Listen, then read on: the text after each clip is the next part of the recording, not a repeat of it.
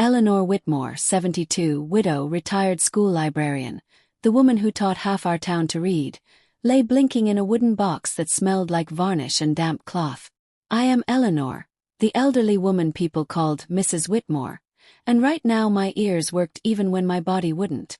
Through the thin lid above me, I heard the voices of the two people I once loved most. My only son, Michael, and his impeccably polite wife, Sophie, whispering about how deep the ground should be so no one ever thinks to check. My fingers were numb, my tongue thick, but my heart counted each word the way it once counted children at story hour, because those words meant they meant to bury me alive, didn't they? Make it quick, Sophie hissed, her high heels sinking into soft earth.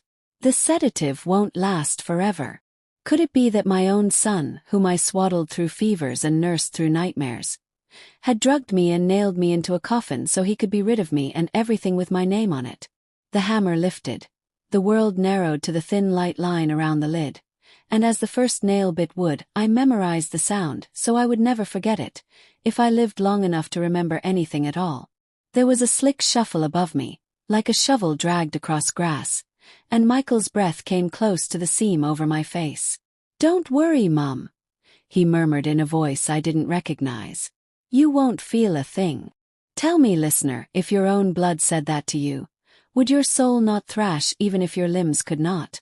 The second nail went in, and despite the fog in my veins, my mind began to sharpen like a needle, because panic, when it cannot scream, starts to plan. The lid pressed down with a strange loving firmness, as if the coffin were tucking me into bed. I thought of the winter Michael was 8 and we were too poor to afford heat, so I piled quilts on him and warmed stones by the stove for his toes. I remember whispering, "You are my forever." How many forevers end under a spade, I wonder? You want to know how a librarian survives inside a box? We are hoarders of details. I counted seconds between hammer strikes. I mapped the creak of each board. I tasted the air, stale but not yet deadly. And I listened. Sophie's laugh held a tin edge. Michael's silence afterward held something worse. The third nail squealed into place, and the sound lodged under my ribs like a hook, because I knew I'd hear it again in my sleep, if I was ever allowed to sleep. When the shovels began to bite, dirt patted the lid like drumming fingers, at first playfully and then with purpose. The weight thickened. Earth has a way of telling a person how small she is, and as it settled, I realized I had two choices: die with all my stories still inside me or find a way to turn this coffin into a chapter break, not an ending. The question knifed through the fog. What could I move, what could I reach, what could I use? In that darkness, a memory flickered. The brooch pinned to the collar of my cardigan, the silver feather my late husband, Arthur, gave me on our 30th anniversary. Its back was a long, stubborn pin, the kind that can pick a lock or prick a liar. Could my stiff fingers find it before the drug swallowed the rest of me? And even if I freed my hands, what then? The dirt deepened its hush, and above, Sophie's voice turned bright and brisk, saying, "Let's go. We've done what was necessary." Necessary, she called it. How easily some people rename their sins. They left. The air thinned. My vision pulsed black, then gray, then black again, as if I were blinking the entire night. I told myself a story because stories had saved me all my life. "Begin at the beginning, Eleanor," I whispered in my head. "Begin with the first lie."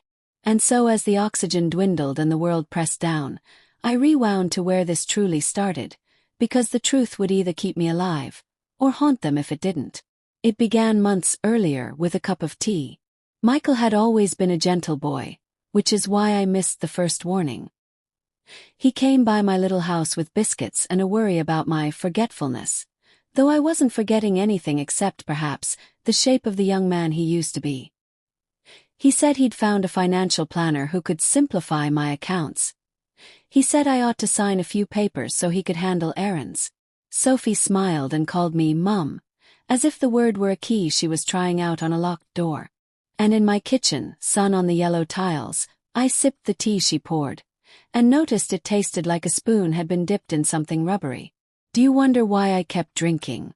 Because Michael was watching me with eyes that were both needy and strange, and because mothers sometimes do the foolish thing to avoid the bigger pain. After the second sip, my ankle wobbled. After the fourth, the clock over the sink blurred. "Mom, are you all right?"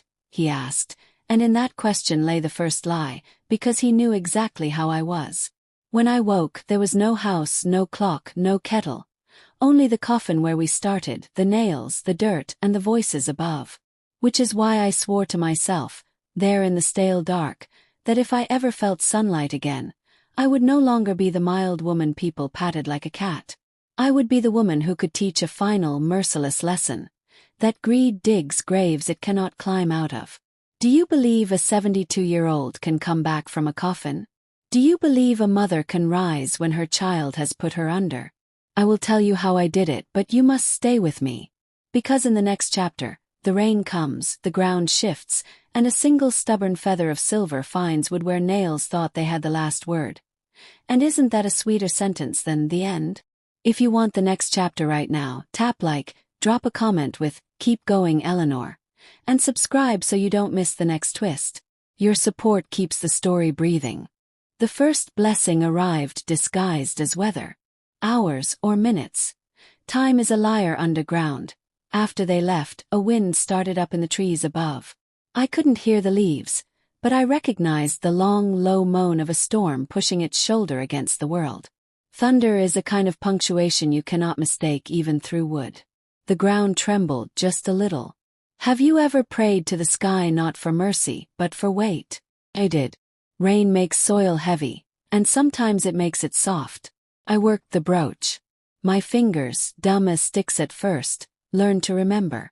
I found the feather's cold curve against my collarbone and inched the pin free. Each movement used air I didn't have to spare, but still I chose it, because death by waiting felt worse than death by effort. The pin slipped from my grip once and nicked my neck. I didn't mind the sting. Blood is proof you're still you, isn't it? The coffin lid pressed closer as the earth settled.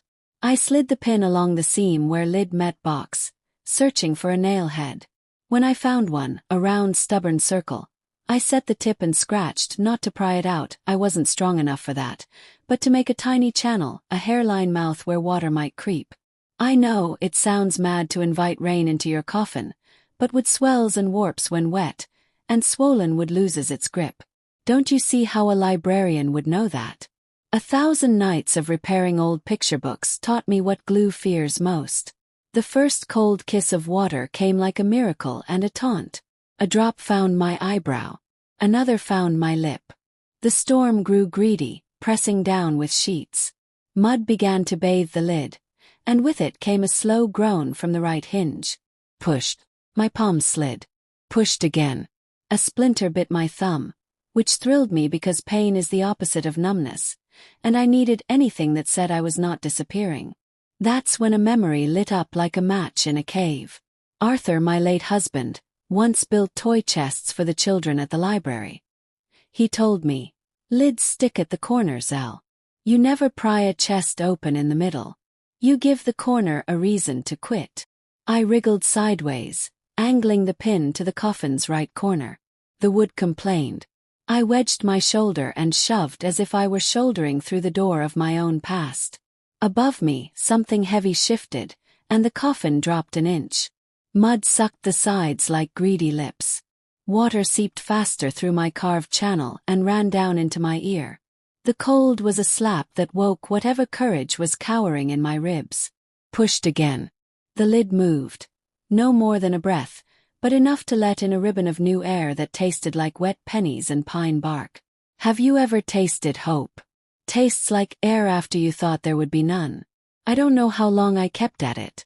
I only know that desperate people measure time by again and again and again. The corner finally surrendered with a soft tearing sound. Mud flowed in around my shoulder. The weight above me changed from a steady press to a shifting argument. I turned my face and took 3 greedy, shaking breaths that burned like brandy. The coffin, insulted, settled again, pinching my arm. I almost laughed, which would have been an extravagant waste of oxygen, because the absurdity of struggling with your own coffin is the kind of joke grief tells when it's bored of crying. Pushing with my legs, I levered my back and forced the corner higher. My hips screamed, My chest jolted, my world tore. Then, blessed be stubborn women, I got my hand out. It went straight into cold mud that hugged me like a hungry thing. The surface wasn't far. Shallow grave, I thought dimly. And a savage little part of me whispered a thank you to their stinginess. They had wanted to be quick. They had wanted to be neat. They had not wanted to pay for depth. Their greed made a bargain with my will. Claude. The rain did half my work, the kind of partner you never expect life to offer. When my fingers broke through to air, it felt like breaking the waterline after a long dive. I shoved until my head followed, and then the night slapped me with wind and the wild, clean smell of living things. I lay there, half-born from earth, coughing dirt, the storm rinsing my hair into gray ropes, and I whispered out loud for the first time. Not yet.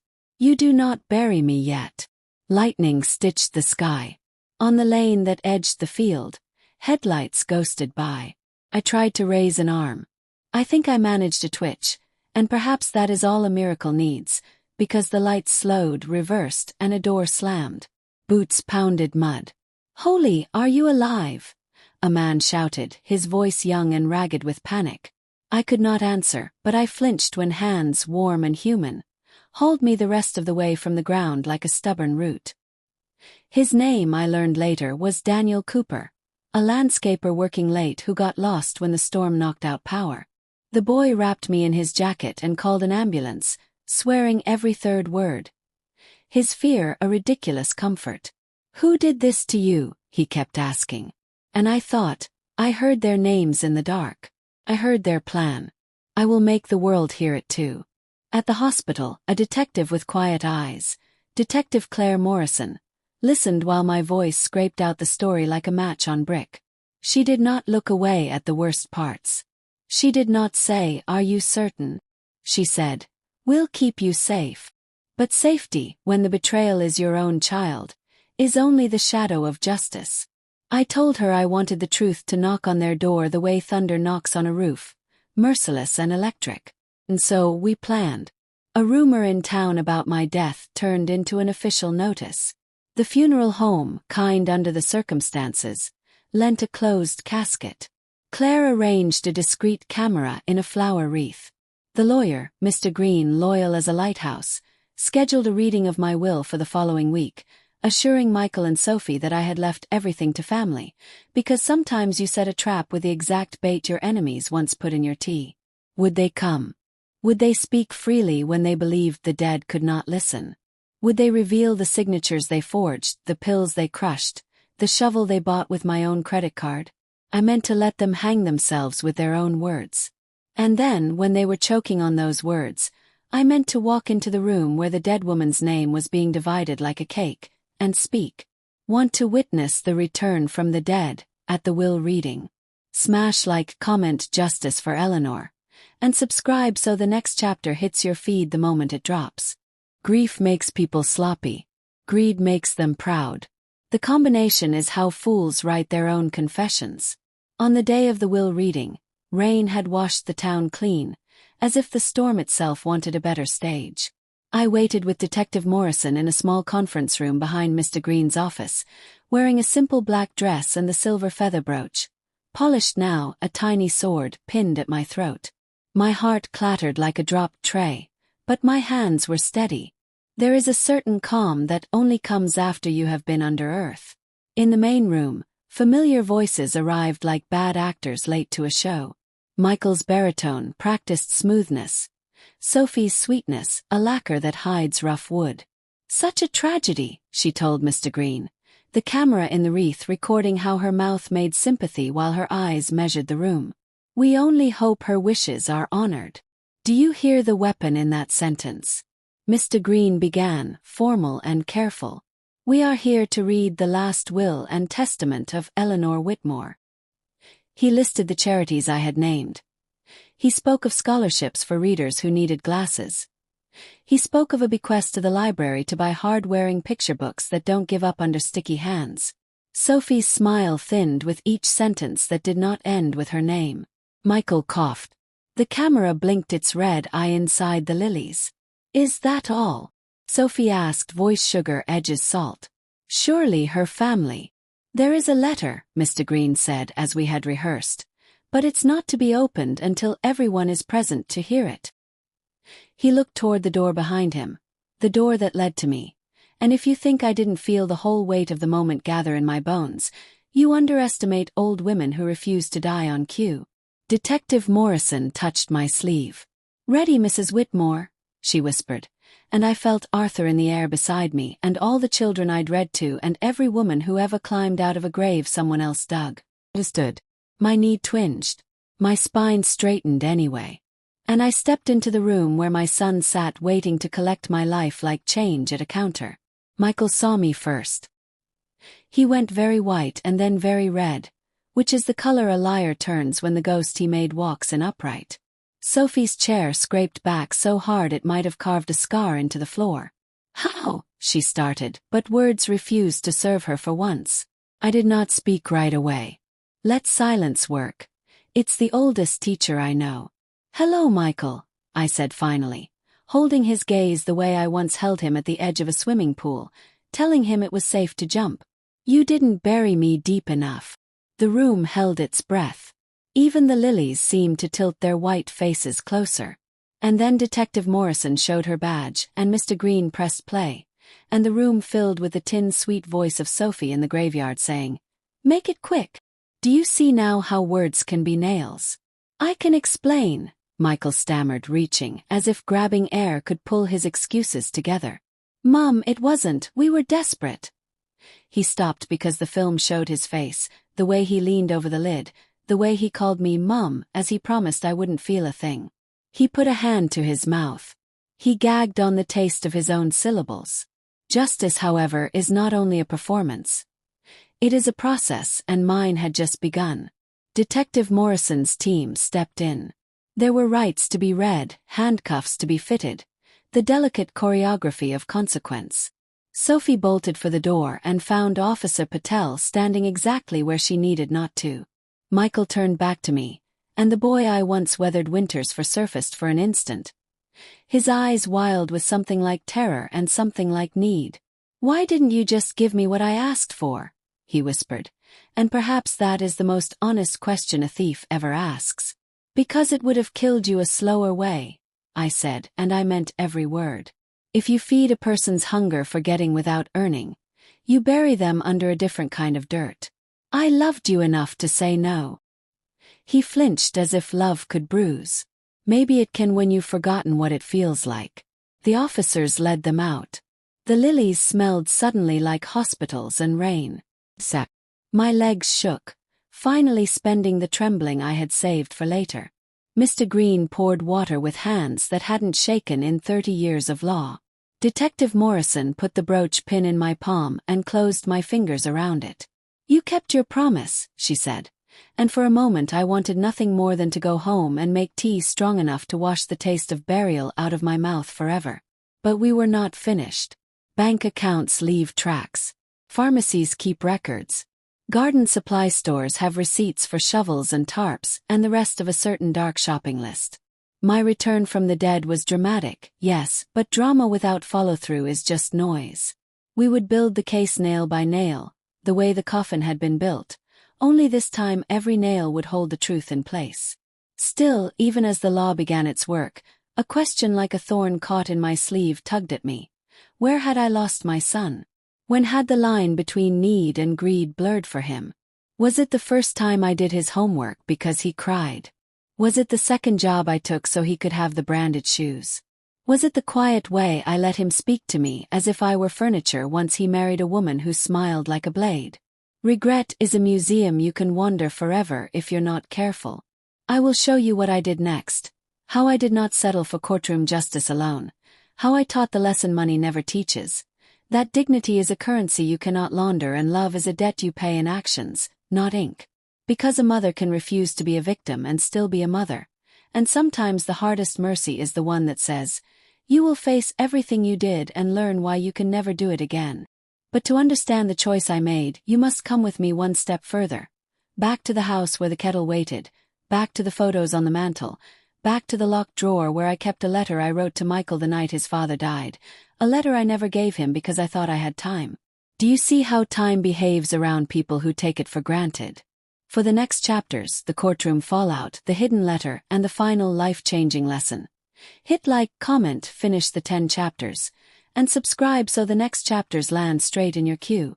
The town paper printed my obituary, because sometimes you let a lie ripen so it drops on the right head. The headline was ordinary. Beloved librarian passes at 72, and in those words lay the stage for what was coming. The neighbors left flowers at my porch. The church choir sang an extra hymn. Even the children at the library whispered about ghosts.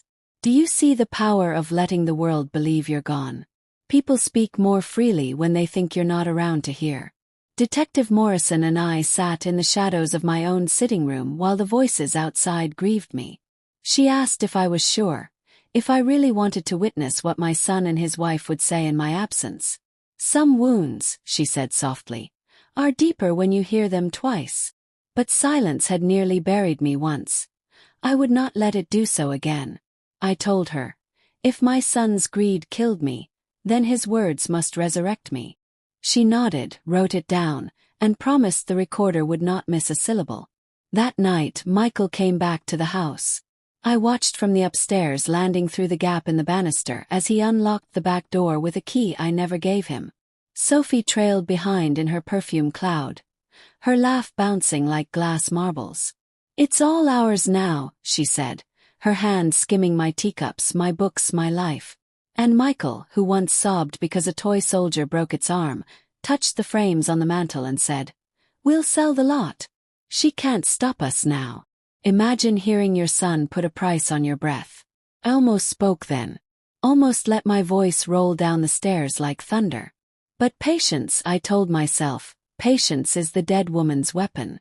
Instead, I pressed my palm against the banister, steadying the shake in my bones, and watched them open drawers, leaf through papers, count what they thought was theirs. Sophie slid a bundle of letters from the desk and frowned. "What's this?" she asked. Michael shrugged, too busy with the tin box of jewelry to care. She shoved the letters back.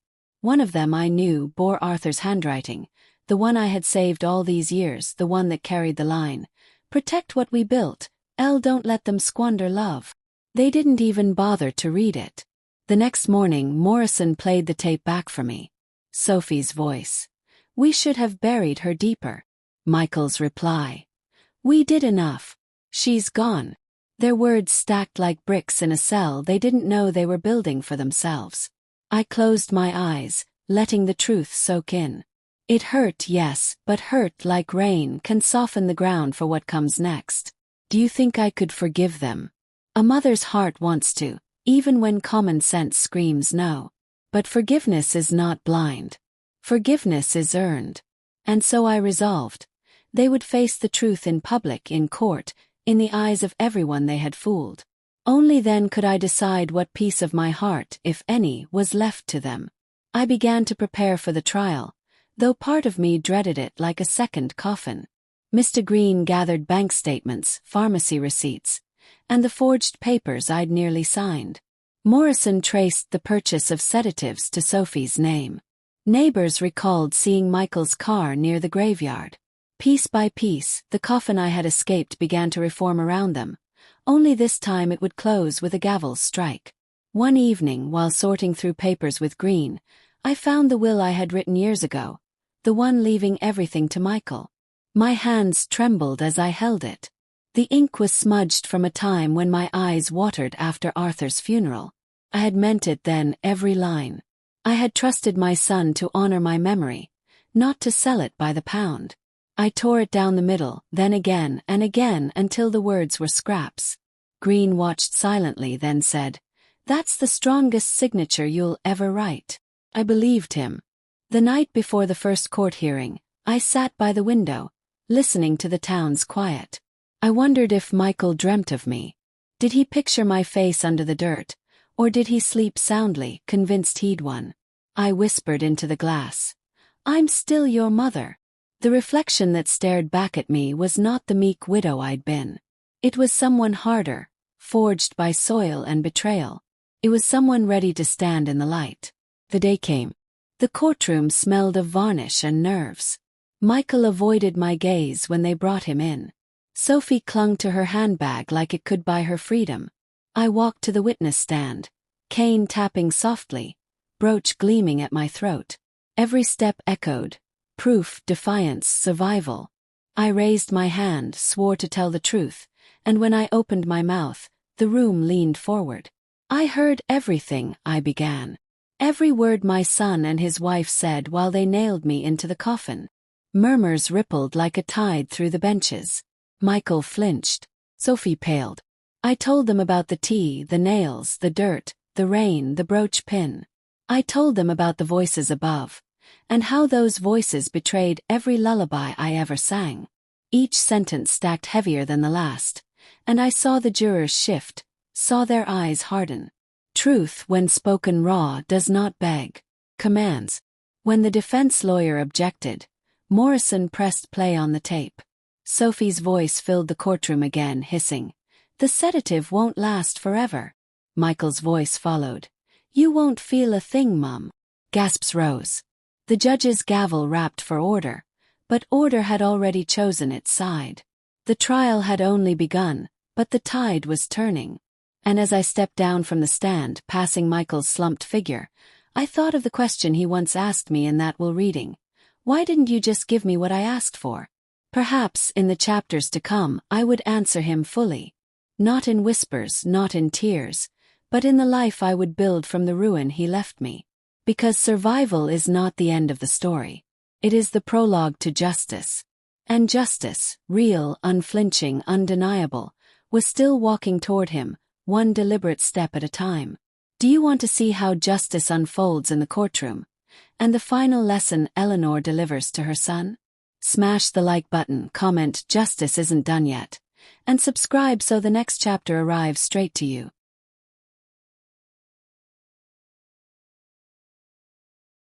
The first week of trial was a theater of shadows.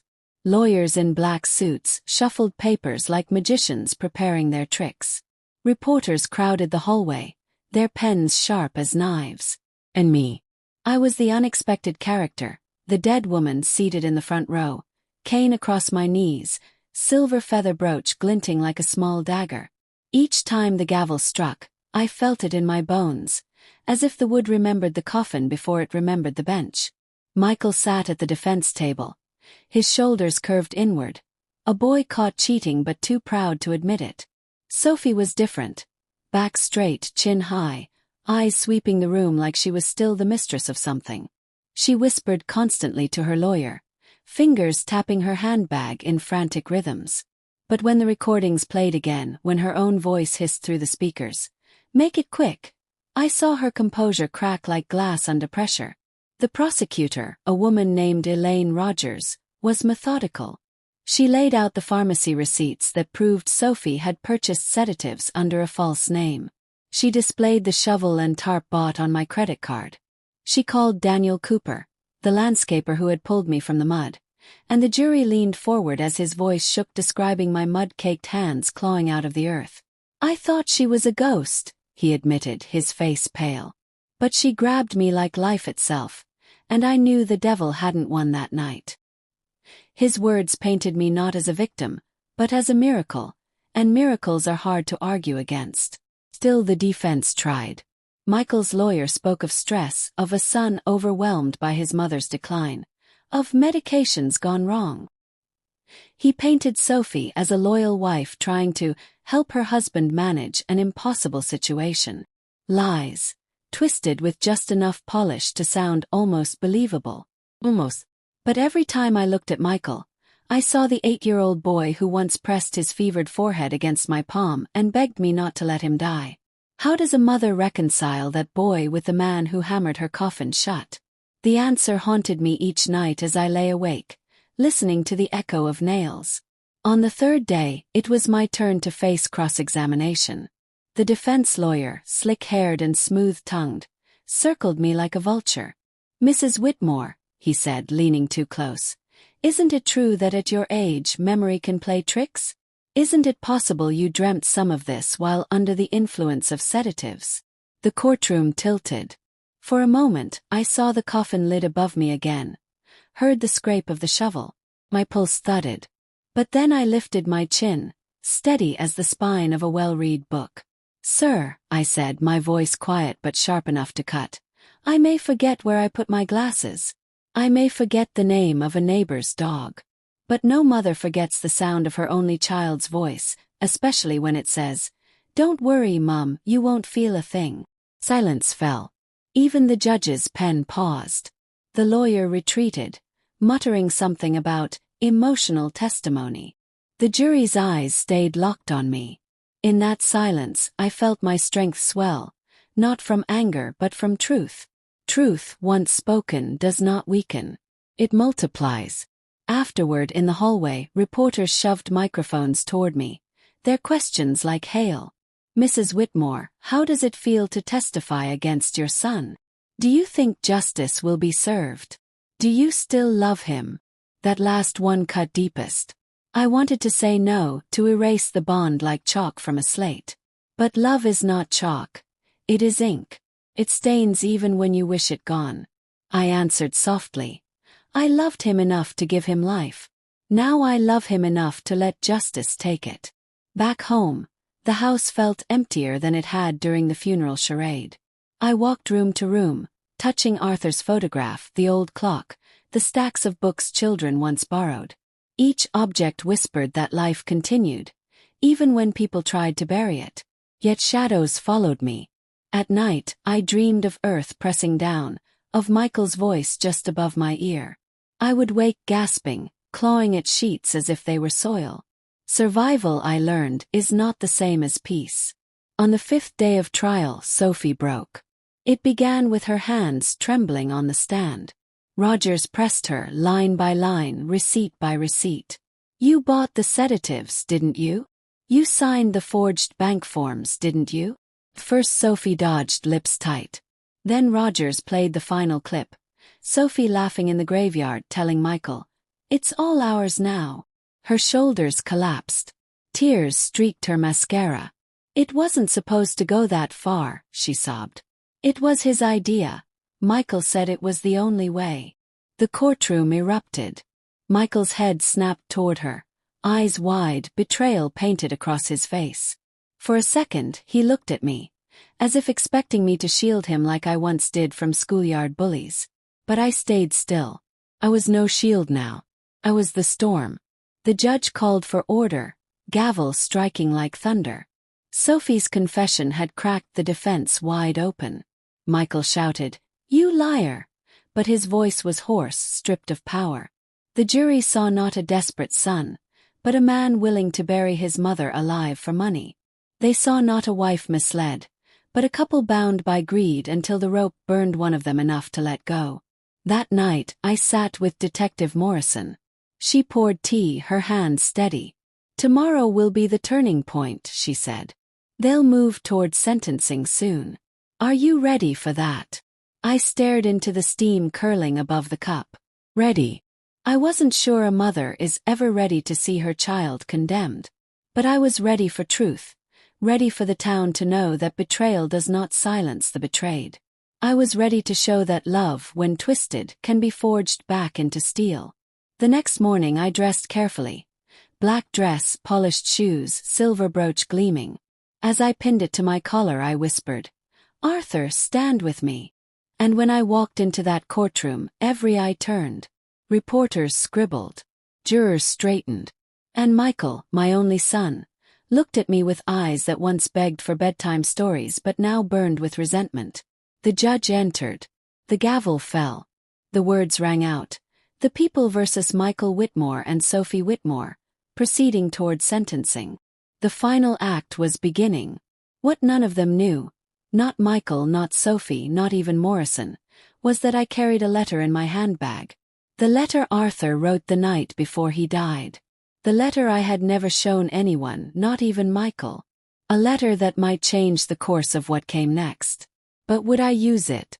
Or would I let it burn with the rest of the past? Do you want to know what's inside Arthur's letter and how it could shift the trial? Hit like, comment, show us the letter. And subscribe so the next chapter finds you first. The courtroom buzzed like a hive the morning I carried Arthur's letter in my handbag. The paper was yellowed, folded so many times it had softened like cloth, and sealed with his old fountain pen ink. He had written it the night before his heart gave out, a night when we'd spoken of wills and promises and the weight of family.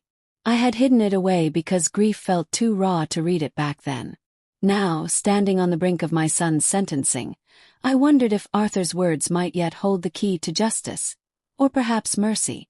The judge's voice droned through motions and statements, but my thoughts drifted back to that night. Arthur sitting in his worn chair, spectacles slipping down his nose, the smell of pipe smoke and rain in the air. He'd said, paper outlasts breath. Write if you must, and I will too. The next morning I found him slumped, pen still in hand, letter beside him. I never told Michael. Perhaps I should have. When the prosecutor rose to deliver her closing arguments, the jury leaned forward like children waiting for a bedtime story. Ladies and gentlemen, Rogers said, her tone sharp yet steady, this is not just about theft. This is not just about greed. This is about betrayal. A son, entrusted with his mother's life, drugged her. A wife, entrusted with her husband's loyalty, plotted alongside him. Together, they built a coffin not just of wood and nails, but of lies. And together, they expected that coffin to hold forever. But truth, like Mrs. Whitmore herself, refused to stay buried. The jury nodded, their pens scratching notes. Sophie dabbed her eyes with a tissue, her earlier bravado gone. Michael sat stiff, jaw clenched, but I could see the flicker of fear beneath his defiance. When it was the defense's turn, their lawyer grasped at threads. Yes, mistakes were made, he conceded. Yes, words were spoken in the heat of fear. But this was not attempted murder. This was confusion, desperation, poor judgment twisted by circumstance. A son overwhelmed by responsibility. A wife manipulated into actions she did not fully comprehend. Lies stacked upon lies, but his voice trembled under the weight. The jury wasn't buying it. And then, the judge called for a brief recess before deliberation. I knew it was now or never. My fingers brushed the letter in my handbag. Detective Morrison noticed my hesitation. Eleanor, she whispered. What is that? Arthur's last words, I said, my voice thin but resolute. Her brows knit. Are you certain you want to bring that into this? It could sway sympathy. He nodded. The truth must be whole, even if it cuts both ways. When court resumed, I rose slowly, cane tapping against the floor. Your Honor, I said, my voice carrying through the hushed room. May I speak? The judge studied me, then inclined her head. Briefly, Mrs. Whitmore. I drew the letter from my bag, unfolded it with shaking hands, and read aloud. My dearest Elle, if tomorrow I do not wake, let this be what you remember. We have built more than a home. We have built a legacy of love. Do not let wealth divide what love has joined. Forgive quickly, guard fiercely, and trust that the truth in time will prevail. If Michael ever falters, remind him that his father's love was never tied to money, but to the man he chooses to become. Guide him back if you can, but if not, stand firm in what is right. Love always, Arthur. The courtroom was silent except for the hum of the overhead lights. My throat ached, but I folded the letter carefully and held it to my chest. This was my husband's last wish, I said. I cannot undo what my son has done. But I can honor Arthur by standing firm in truth and by letting the law decide what mercy remains. The jury's faces softened, yet their eyes remained steady. They understood what I had laid bare, that love does not excuse crime, but neither does it vanish when betrayed. The judge nodded solemnly. Thank you, Mrs. Whitmore. The jury will now deliberate. The deliberation was short. Too short, some said. Barely 2 hours later they returned, Foreman holding the paper that would seal my son's fate. My heart pounded so hard I felt each beat in my teeth. On the charge of attempted murder, the foreman read, we find the defendants, Michael Whitmore and Sophie Whitmore, guilty. Gasps rippled across the room. Sophie collapsed into sobs, clutching at her lawyer's sleeve. Michael stared straight ahead, pale as ash, jaw locked, as though refusing to believe the words applied to him. The judge's gavel struck. Sentencing will be carried out tomorrow morning. The courtroom emptied, but I remained seated, letter clutched in my lap. Morrison touched my shoulder gently. "Justice is here," she said. But was it? That night, as I sat in my quiet house, Arthur's words echoed in my mind. "Guide him back if you can." Was there any road back for Michael? Or had he nailed it shut himself the moment he hammered that coffin lid? Sleep did not come. I walked from room to room, touching the relics of a life built with love. Arthur's chair, the photographs, the books stacked neatly. I thought of Michael as a boy, his laughter echoing down these same halls. The memory sliced me deeper than any coffin nail. Morning arrived, gray and solemn. The courtroom filled once more. Michael and Sophie stood as the judge pronounced sentence. 25 years to life for both. Sophie wept. Michael's lips parted as though to speak, but no words came. He turned just once to look at me. His eyes held rage, sorrow, and something else, something like a plea. I did not look away. "You buried me once," I whispered in my heart. "Now you must live with the grave you dug." Yet as the bailiffs led them away, Arthur's words echoed again. "Guide him back if you can." Was justice enough? Or was there still a greater lesson to deliver? I left the courtroom, cane tapping, brooch gleaming. Outside, reporters swarmed, shouting questions. Paused only once, lifting my head. "This is not just my story," I told them. "It is a warning. Greed kills. Betrayal buries. But truth always rises from the grave." The cameras flashed. The microphones pushed closer. But inside, I knew my story wasn't over.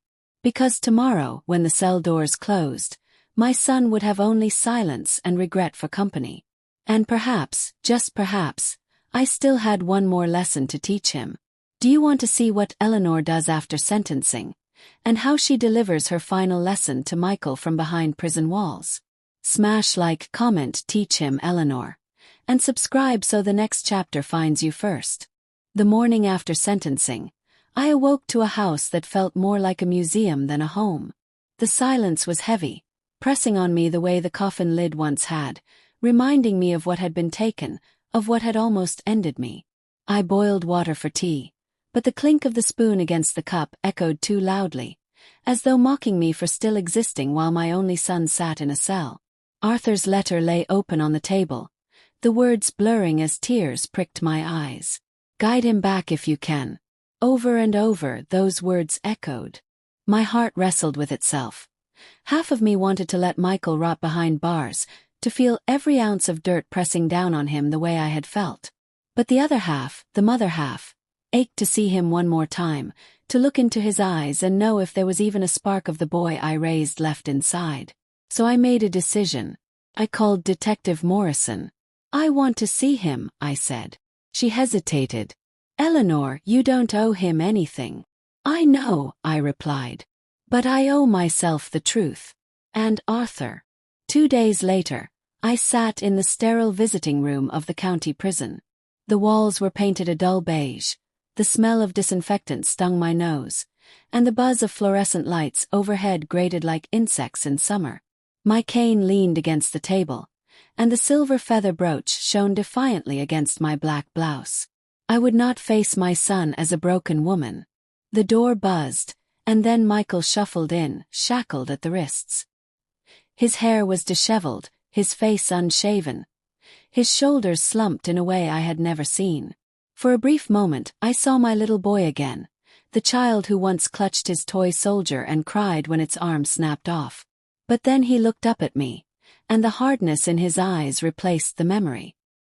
He sat down across from me, chains clinking. "Why are you here?" he asked, his voice rough. "To see what's left of my son," I said calmly. His lips twisted. "You destroyed me. You stood there and let them sentence me like some common criminal. You're my mother. You were supposed to protect me." Anger flared in my chest, hot and sharp. "Protect you? Michael, I carried you in my body, raised you with nothing but love and sacrifice, gave you everything I could, And you drugged me, nailed me into a coffin, and buried me alive. You tried to erase me. Don't you dare talk about protection. For a moment, silence stretched between us, thick and suffocating. Then his mask slipped, and I saw something raw flicker in his eyes: fear, regret, maybe even shame. I didn't mean for it to go that far, he muttered. It was Sophie's idea, she said.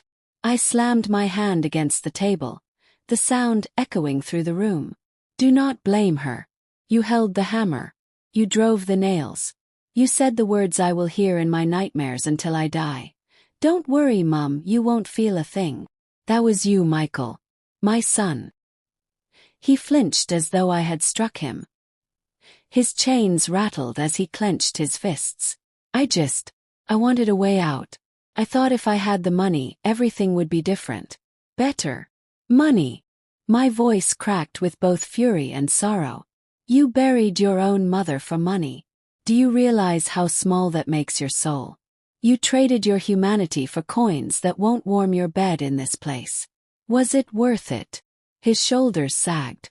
Tears welled in his eyes, but he blinked them back, pride still wrestling with guilt. No, he whispered. But I can't undo it. I leaned forward, my voice low, firm, and unyielding. You're right. You can't undo it. But you can decide who you will be in this cage. You can rot like a coward, blaming Sophie, blaming me, blaming everyone but yourself. Or you can face what you did, own it, and maybe, just maybe, become the man your father hoped you'd be. Arthur wrote you a message before he died. Do you want to hear it? Michael's eyes flickered. Suspicion battled with longing. What did he say? I pulled Arthur's letter from my bag, unfolded it slowly, and read the lines aloud.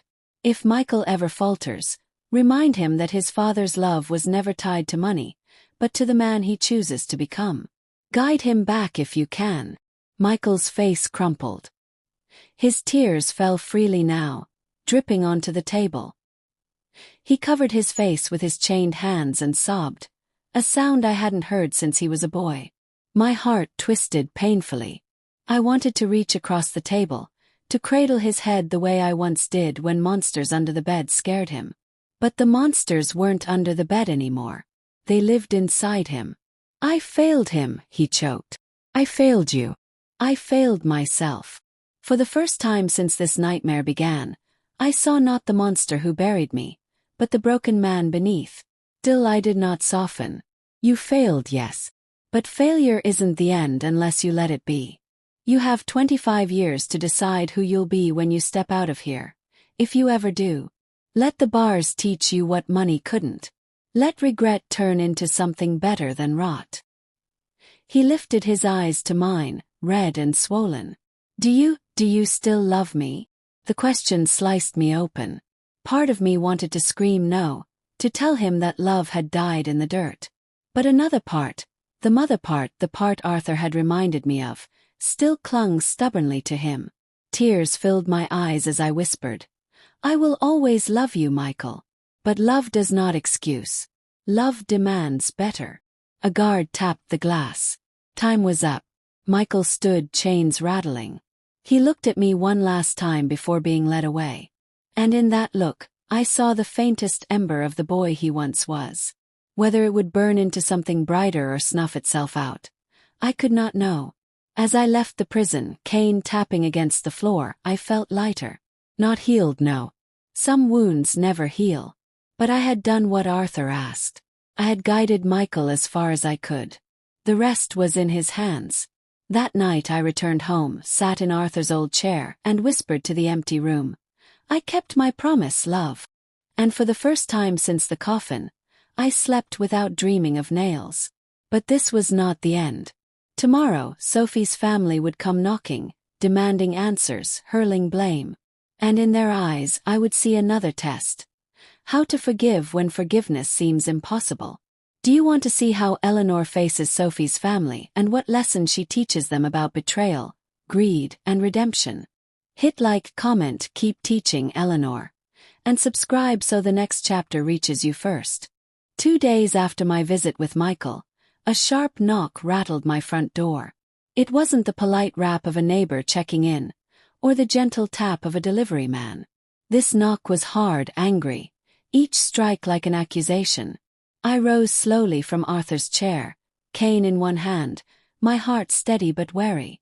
When I opened the door, I was met by a crowd. Sophie's family. At the front stood her mother, Margaret, a tall, stern woman with silver streaks in her hair and eyes that blazed with fire. Behind her, two of Sophie's brothers crossed their arms, their expressions tight, their posture coiled like springs. I knew this visit would come. Betrayal ripples outward, and families, like stones thrown in water, make waves of blame. "Mrs. Whitmore," Margaret said, her voice laced with bitterness. "We need to talk." I stepped aside. "Come in. But understand, this is my house, and you will speak with respect." They filed in reluctantly, their presence filling the room with a heaviness almost as thick as the soil that once pressed on my coffin. Margaret sat across from me, her sons flanking her like guards. Their eyes roamed the house, perhaps searching for cracks in me, or perhaps just uncomfortable to sit where their daughter's crime had been plotted. Margaret wasted no time. "My daughter is in prison. 25 years to life. Her life is ruined. And you sit here free, playing the victim." I met her glare without flinching. "Your daughter tried to bury me alive. If she ruined her life, she did it with her own hands." One of the brothers, David, leaned forward.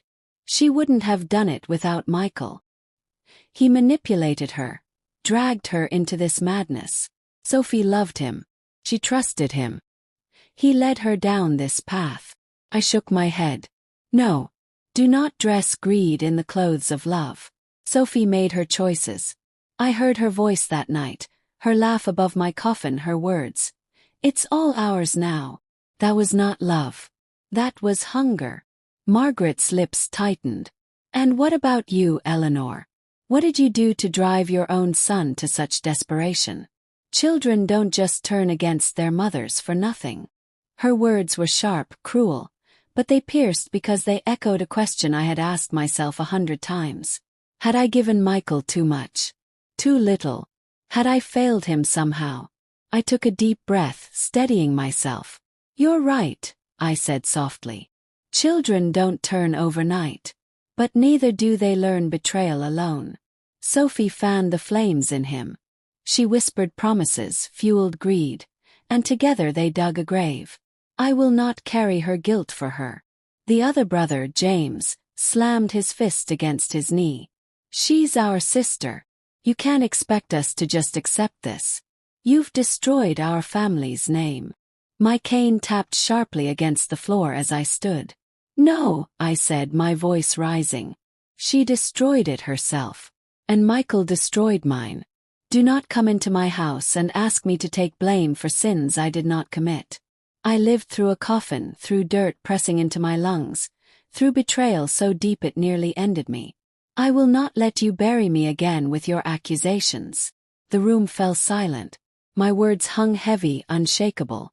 Margaret's eyes glistened with unshed tears, her mask of anger cracking. She's still my daughter, she whispered.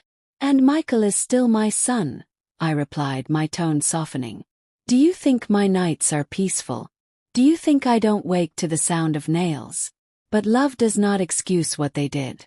Does not erase justice. If we truly love them, we will not defend their crimes. We will let them face the weight of their choices, and pray they learn something behind those bars. Margaret's shoulders sagged. For the first time, her fire dimmed. The brothers exchanged uneasy glances, their anger faltering. I reached for Arthur's letter on the table, sliding it across to her. My husband wrote this before he died. He asked me to stand firm in truth, but to guide Michael back if I could. That's what I'm trying to do. Not by excusing him, not by shielding him, but by forcing him to face who he became. If you want to help Sophie, do the same. Don't waste your strength blaming me. Use it to show her there's still another road. Margaret read the letter silently, her fingers trembling on the fragile paper. When she finished, her tears finally spilled. She pressed the letter back into my hand. You're stronger than I thought, she murmured. No, I corrected gently.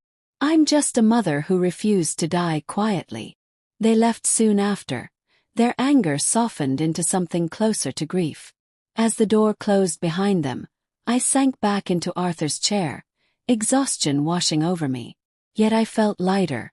For the first time, Sophie's family had seen me not as a villain or victim, but as a survivor who carried truth like a torch.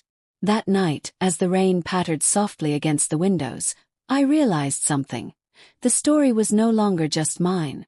It belonged to everyone who had ever been betrayed by those they loved. It was a lesson for children who thought inheritance was owed, for spouses who mistook greed for devotion, for families who believed silence was safer than truth. I whispered into the quiet house. Let this be the lesson. Greed digs graves, but truth unearths them. But even as I spoke, a shadow lingered in my heart. Because the trial was over, the sentencing was done, and Sophie's family had confronted me. Yet one final task remained, returning to the place where it all began. The graveyard. Coffin. The patch of earth that had nearly become my permanent bed. To truly close this chapter, I would have to face it again.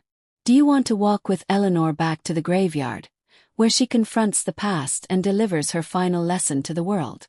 Smash like, comment back to the grave, and subscribe so the next chapter rises to meet you. The graveyard waited for me like an unfinished sentence. Weeks had passed since the trial, yet the memory of dirt pressing into my lungs never loosened its grip. Each night I lay in bed, I still felt the weight of earth closing in, heard the muffled echo of Michael's voice above me, and tasted the stale air of the coffin. I knew then that justice in a courtroom was only half the story. To truly finish it, I had to return to the place where betrayal tried to write my ending.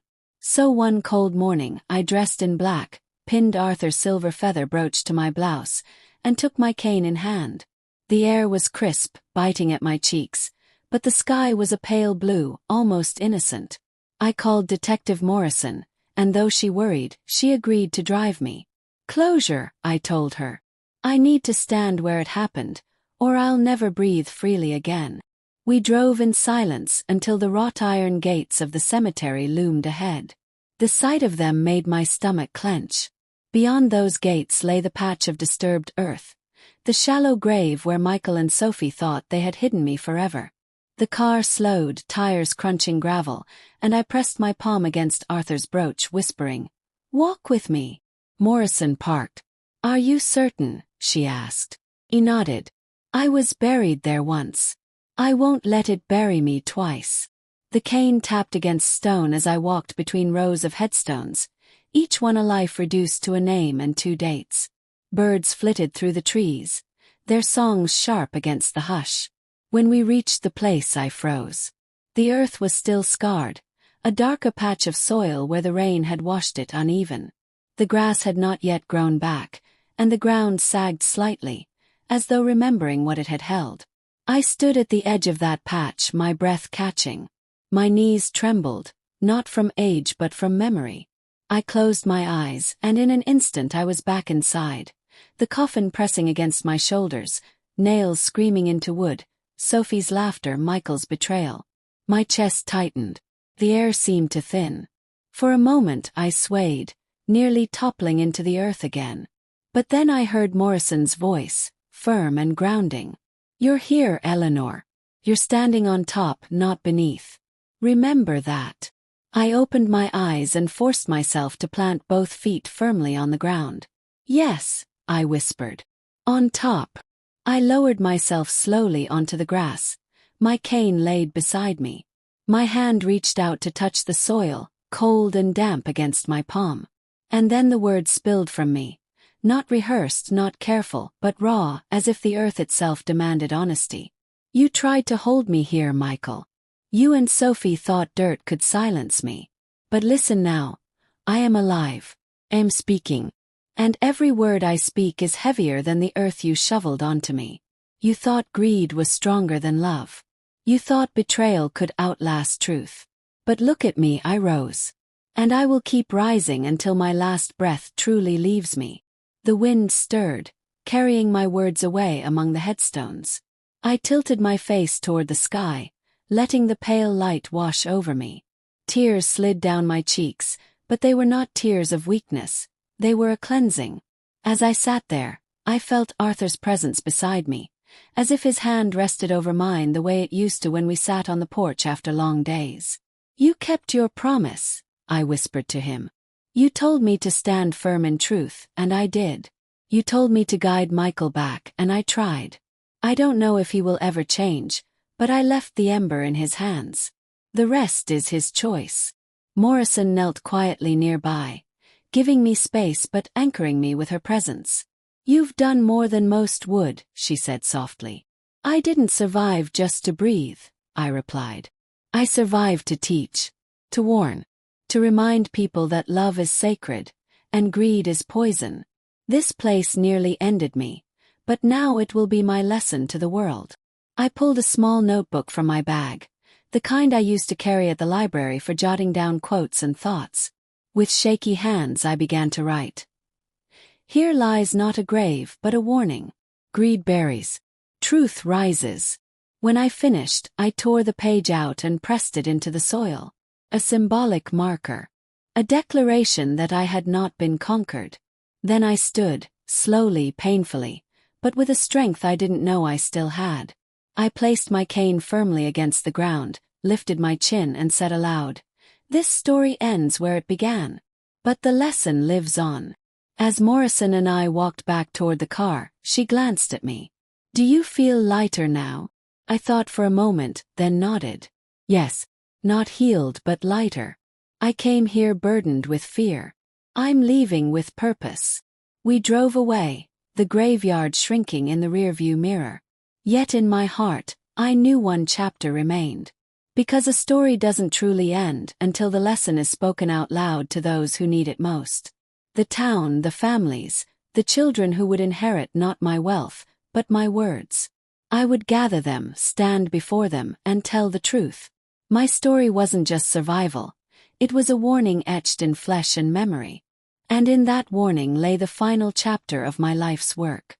Do you want to see Eleanor deliver her final lesson to the entire community, turning her survival into a legacy? Hit like, comment, tell the final lesson, and subscribe so the next chapter, the conclusion, finds you first.